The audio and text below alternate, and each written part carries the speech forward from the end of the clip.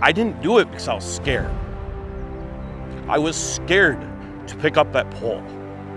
To some people, it might be a pipe, it might be alcohol, it might be something else. It might be pornography. I don't know what you struggle with, but mine was bass fishing. I know that sounds bizarre and it sounds out of the world, but my struggle in life was bass fishing.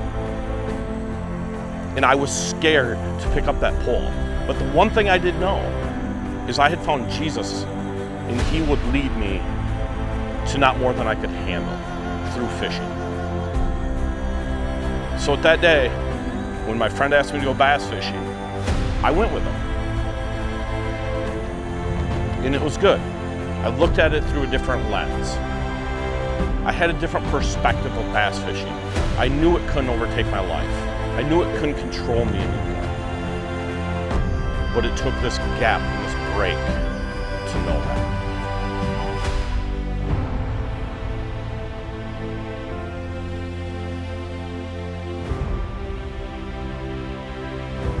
All right, awesome. Thanks, Kyle, for sharing a little bit of your life story there and how Jesus has come into your life even through bass fishing and changed who you are as a person, and your identity is not found just as a fisherman, but as a child of God. So thanks for that. If you want to listen to the full interview of Kyle sharing his life story and kind of going into some of that, it'll be available on our website. But Kyle, a lot of these kids know you. They've maybe even seen you do seminars. They've heard you come and speak at their clubs.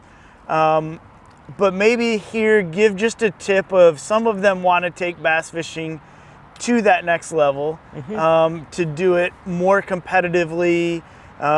Maybe they're just newer getting into the tournament thing. Like what's one or two things that will change their success, especially when it comes to tournament fishing? Well, the first thing that I'm going to say is I'll kind of break this down for some of you middle schoolers that are listening, and then some of the older high schoolers that are listening. Middle schoolers, learn and adapt. So you want to learn how to do a few things good a year and adapt. So you want to learn how to maybe, if it's something as simple as a Ned rig or a Cinco, a wacky worm, or a swim jig, or a single swim bait, you want to learn how to do them things well and have confidence that every time you're going to cast them, that you're going to catch a fish.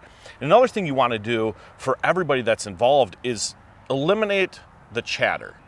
So don't listen to all the people that are talking all the time. A lot of people try and spin you out at a dock talking about how they're catching fish on this or that or the other thing to try and get you off your game. Yes, they might, but you might not have the confidence or the ability to fish how they're fishing.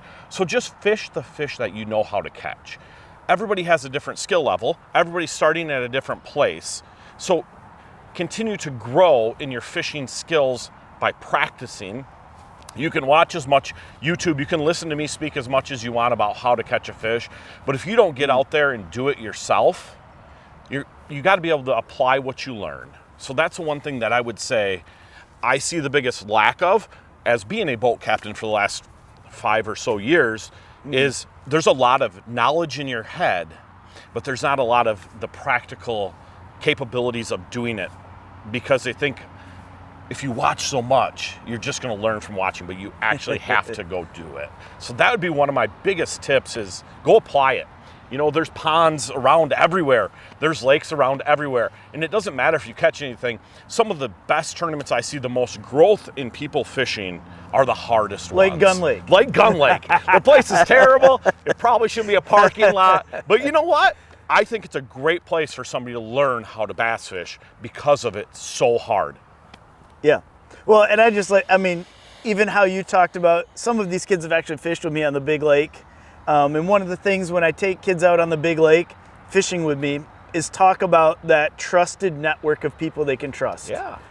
You talked about on the dock, you hear something, you see something, whatever, those having a network of people around you that you can trust and know what they're saying is actually accurate. They're not trying to throw you off, but they're actually trying to help you in life, like not just fishing, but in life. Sure. Like who you trust is a really big thing in the messages that they're giving you. And knowing if they're trustworthy or not, because there's some of the competitors on the dock, right? They're trying to throw you a direction to help them instead of help you. Absolutely. And so if you can't trust them, that's a big deal. Yeah, and that's why I say you just stick with what you know, get really good at some things, especially if you're especially if you're competing at this level, the tournaments that you're holding, Ross, you really only have to know how to do a few things well to do good in most of them. So get good at that. Get good at a few things.